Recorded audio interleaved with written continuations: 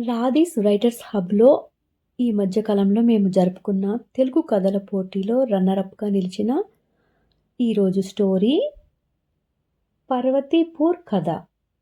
రచన MK Kumar గారు. ఇక మనం కథలోకి వెళ్దామా? అర్ధరాత్రి 12 గంటలు దాటింది. పర్వతీపూర్ గ్రామం మొత్తం గాఢ నిద్రలో ఉంది.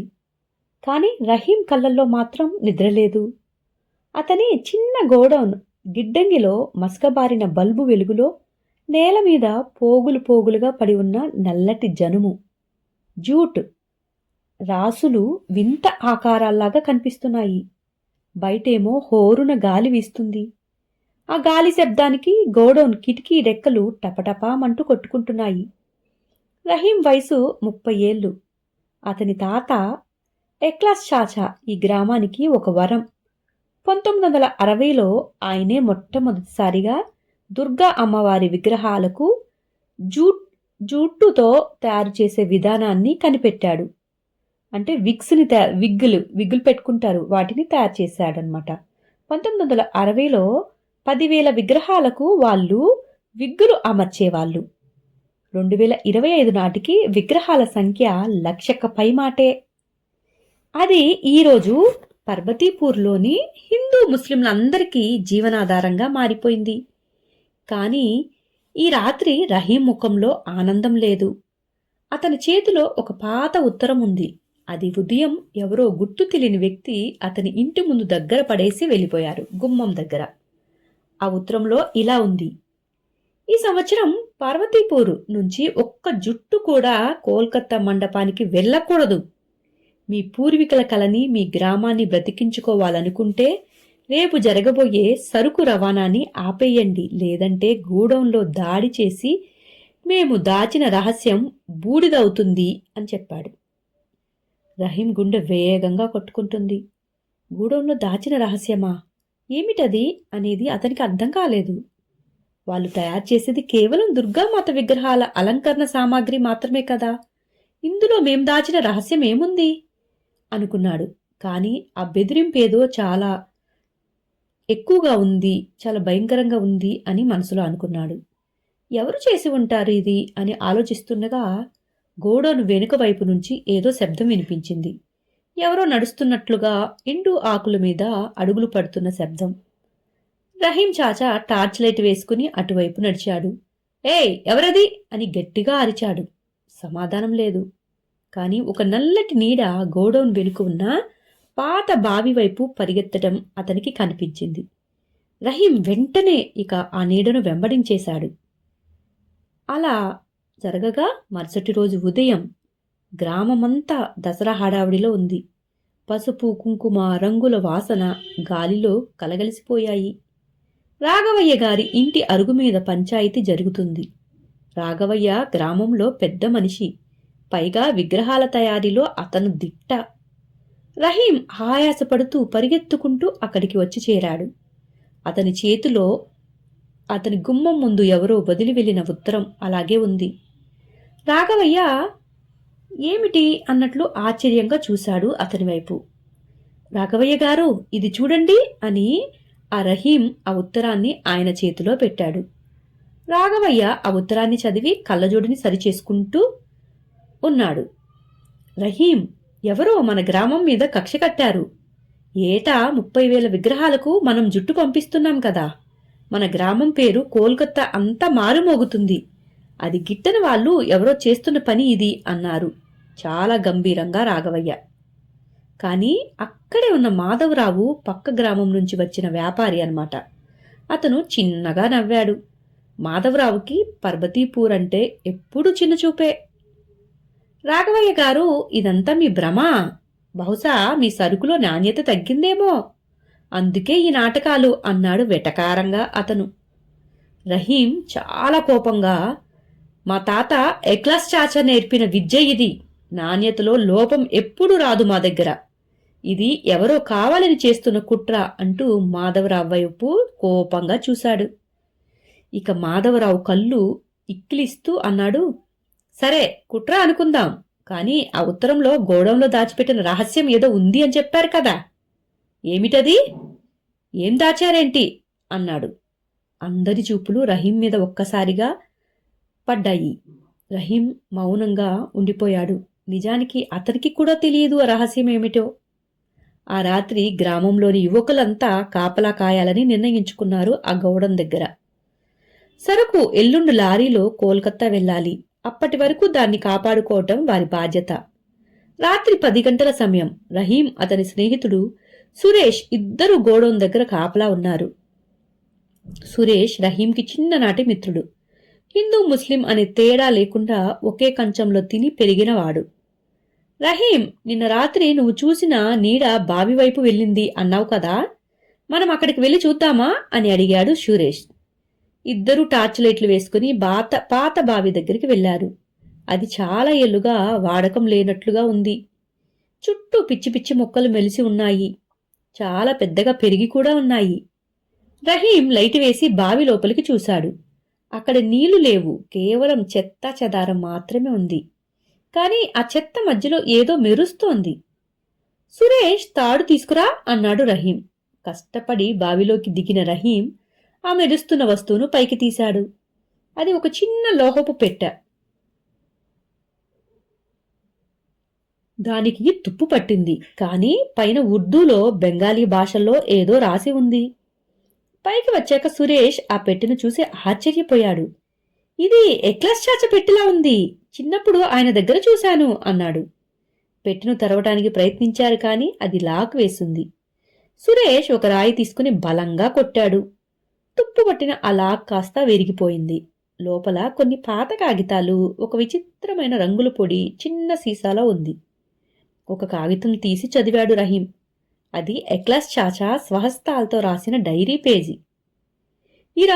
ఇది కేవలం రంగు కాదు. ఇది హిమాలయాల నుంచి తెచ్చిన ఒక ప్రత్యేకమైన మూలికా మిశ్రమం. దీనివల్ల జుట్టు ఎప్పటికీ చెడిపోదు, పురుగు పట్టదు. ఇదే పర్బతీపూర్ జుట్టు వెనుక ఉన్న అసలు రహస్యం. దీన్ని కాపాడటం నా బాధ్యత. కానీ నా శిష్యుల్లో ఒకడైన గపూర్ దీనికోసం అత్యాశ పడుతున్నాడు అని చెప్పాడు. వెంటనే రహీం గొంతు వణికింది. గపూర్? ఎవరు ఈ గపూర్ అన్నాడు. సురేష్ కూడా ఆలోచనలో పడ్డాడు. మా నాన్న చెప్పేవారు గపూర్ అనే వ్యక్తి గ్రామం నుంచి బహిష్కరించబడ్డాడు అని. ఆయన తప్పుడు పనులు చేసేవాడట. అప్పుడే వారి వెనుక నుంచి గంభీరమైన గొంతు ఒకటి వినిపించింది. అవును, గపూర్ మా తండ్రి. వెనక్కి తిరిగి చూస్తే అక్కడ నిలబడి ఉన్నది మాధవరావు. అతని చేతిలో తుపాకీ ఉంది. మాధవరావు, నువ్వు గపూర్ కొడుకువా అంటూ రహీం ఆశ్చర్యంతో అడిగాడు. మాధవరావు నవ్వుతూ ముందుకు వచ్చాడు. అవును రహీం, మా నాన్నకి ఈ ఫార్ములా దక్కలేదు. ఎక్లాస్ చాసా ఆయన్ని దొంగ అని ముద్ర వేసి గెంటేశాడు. మా నాన్న అవమానంతో భరించలేక ఉరివేసుకుని చనిపోయాడు. నేను అనాథగా పెరిగాను. కాని నేను శపథం చేశాను, ఎప్పటికైనా ఈ పర్బతీపూర్ కళని నాశనం చేస్తానని, ఆ రహస్యాన్ని సొంతం చేసుకుంటానని అన్నాడు కోపంగా. అందుకేనా మాధవ్, నువ్వు పక్క గ్రామంలో వ్యాపారిగా మారి మా గ్రామం మీద విషం చిమ్ముతున్నావు అంటూ సురేష్ కోపంగా అరిచాడు. విషం కాదు, ప్రతీకారం. ఆ ఫార్ములా నాకిచ్చేయండి, లేకపోతే ఈ గోడౌన్ ఇప్పుడే బూడిదవుతుంది అని మాధవరావు బెదిరించాడు. ఇంతలో గోడౌన్ లోపల నుండి పొగ రావటం గమనించాడు రహీం. మాధవరావు మనుషులు అప్పటికే గోడౌన్ వెనుక వైపు నిప్పు పెట్టేశారు. లోపల వేలాది దుర్గామాత విగ్రహాలు సిద్ధంగా ఉన్న జుట్టు కట్టలు ఉన్నాయి. అవి కాలిపోతే ఈ ఏడాది గ్రామం పరువు పోతుంది. ఆర్థికంగా కూడా అందరూ చితికిపోతారు. సురేష్, నువ్వు వెళ్ళి అందరినీ లేపు, నేను మాధవ్ను చూసుకుంటాను అని అరిచాడు రహీం. సురేష్ పరిగెత్తుకుంటూ వెళ్ళి రహీం మాధవరావు మీదకి దూకాడు. ఇద్దరి మధ్య పెనుగులాట జరిగింది. మాధవరావు చేతిలో తుపాకీ కింద పడిపోయింది. కానీ మాధవరావు బలంగా ఉన్నాడు. రహీంని తోసేసి ఆ చిన్న సీసాను లాక్కోటానికి ప్రయత్నించాడు. ఇది మా తాత స్వేదం, మా గ్రామ రక్తం. దీన్ని నీకు దక్కనివ్వను అంటూ రహీం ఆ సీసాను గట్టిగా పట్టుకున్నాడు. అంతలో గ్రామస్తులు, సురేష్, రాఘవయ్య అందరూ అక్కడికి చేరుకున్నారు. మంటలు గోడౌన్ని చుట్టుముట్టుతున్నాయి. హిందువులు, ముస్లింలు అనే తేడా లేకుండా అందరూ బిందెలతో నీళ్లు పోస్తూ మంటలు ఆర్పటానికి ప్రాణాలకు తెగించి పోరాడారు. అమ్మవారి అలంకరణ కాలిపోకూడదు, త్వరగా నీళ్లు పోయండి అని రాఘవయ్య అరుస్తున్నాడు. ఒక పక్క మజీదు నుంచి నీళ్లు, మరో పక్క గుడి కోనేరు నుంచి నీళ్లు రెండూ కలిసి ఆ మంటల మీద పడుతున్నాయి. గ్రామస్తులందర్నీ చూసిన మాధవరావుకి భయం వేసింది. ఒంటరిగా దొరికిపోతాడని గ్రహించి పారిపోతానికి ప్రయత్నించాడు. కాని సురేష్ ఇతర యువకులు అతన్ని చుట్టుముట్టారు. మంటలు అదుపులోకి వచ్చాయి. సగం సరుకు కాలిపోయింది, కాని ముఖ్యమైన ప్రధాన అలంకరణ సెట్లు క్షేమంగా ఉన్నాయి. మాధవరావు పోలీసులకి అప్పగించారు. పోలీసు స్టేషన్లో మాధవరావు అడిగాడు, ఆ సీసా కేవలం సాధారణమైన రంగు పొడి, మట్టి ఏంటి? మాధవరావు షాక్ అయ్యాడు. మా తాతగారు రాసిన డైరీలో మూలిక అని రాశారు, కానీ అసలు రహస్యం ఆయన చివరి పేజీలో రాశారు అని రహీం ఆ డైరీ చివరి పేజీ చదివాడు.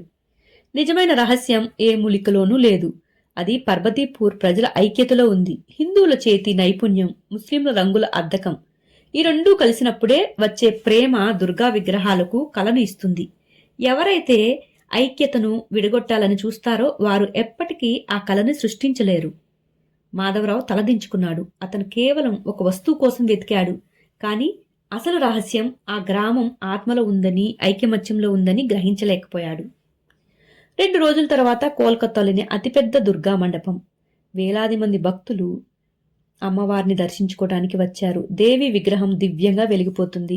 ఆమె నల్లటి నిగనిగలాడే పొడవైన జుట్టు ఆ విగ్రహానికి ప్రాణం పోసినట్లుగా ఉంది. ఆ జుట్టును చూసి అందరూ మంత్రముగ్ధులవుతున్నారు.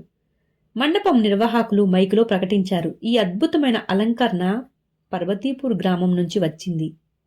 అక్కడ హిందూ ముస్లిం సోదరులు కలిసి దీన్ని తయారు చేశారు. అక్కడ నిలబడిన రహీం, సురేష్, రాఘవయ్య కళ్ళల్లో నీరు తిరిగాయి.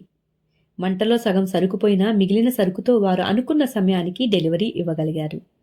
రహీం సురేష్ భుజం మీద చెయ్యి వేసి అన్నాడు, చూసావా సురేష్, ఎక్లాస్ చాస్ చెప్పింది నిజమే. మనం కలిసుంటే ఏ మంటలు మనల్ని కాల్చలేవు. సురేష్ నవ్వి, అవును మామా, ఈ జుట్టు దేవుడికి అలంకరణ మాత్రమే కాదు, మన బంధానికి నిదర్శనం అన్నాడు.